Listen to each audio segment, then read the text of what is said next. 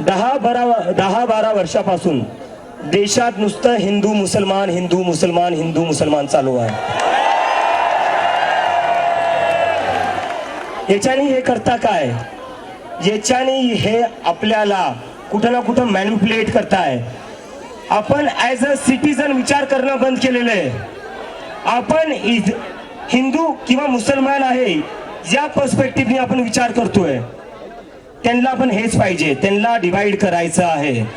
कारण की जेव्हा तुम्ही स्वतःचा हिंदू म्हणून विचार करसाल, स्वतःचा तुम्ही मुसलमान म्हणून विचार करसाल, तेव्हा तुम्ही फक्त धार्मिक विषयांचाच विचार करसाल।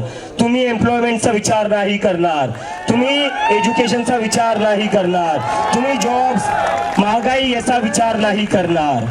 तर हे लोक 10 वर्षात त्या गोष्टीत सक्सेसफुल झालेले आहे। पण आता तुम्ही सगळे लोक इथं जमलेले आहेत, ही आपल्या सगळ्यांची जिम्मेदारी आहे की या देशात याच्या पुढे हिंदू मुस्लिमची राजनीती नाही चालणार। हिंदू मुस्लिम की राजनीति नहीं चलेगी, नहीं चलेगी, नहीं चलेगी। हिंदू मुस्लिम की राजनीति, हिंदू मुस्लिम की राजनीति नहीं चलेगी, नहीं चलेगी। हिंदू मुस्लिम की राजनीति नहीं चलेगी, नहीं चलेगी। कुठं ना कुठं आपण विचार केला पाहिजे, ज्या हिंदू मुस्लिमच्या राजनीतीने राजकारणाने आपल्याला दिलं काय।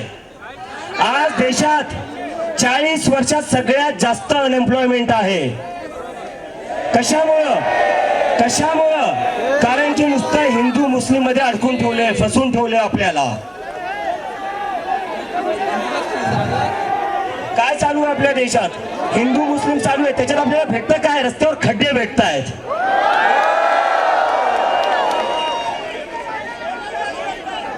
हिंदू मुस्लिमच्या राजनीतीमध्ये आपल्याला भेटतं काय?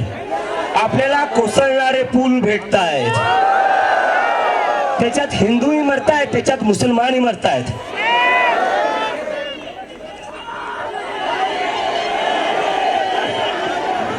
सगळं जग AI मध्ये पुढे चाललंय, सेमी कंडक्टर मध्ये पुढे चाललंय, क्लीन एनर्जी मध्ये पुढे चाललंय, आणि आपण काय करतोय?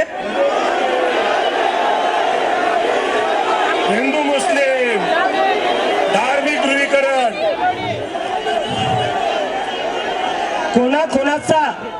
कोणाचा हिंदू मुस्लिमच्या पॉलिटिक्स मुळे फायदा झालाय?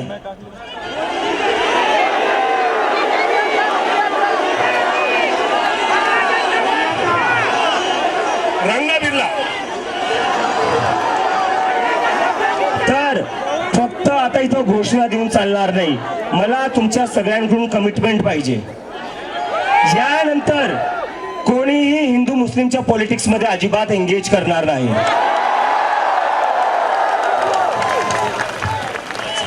भलेही ते ब्रिटिश असो। ABP माझा, उघडा डोळे बघा नीट।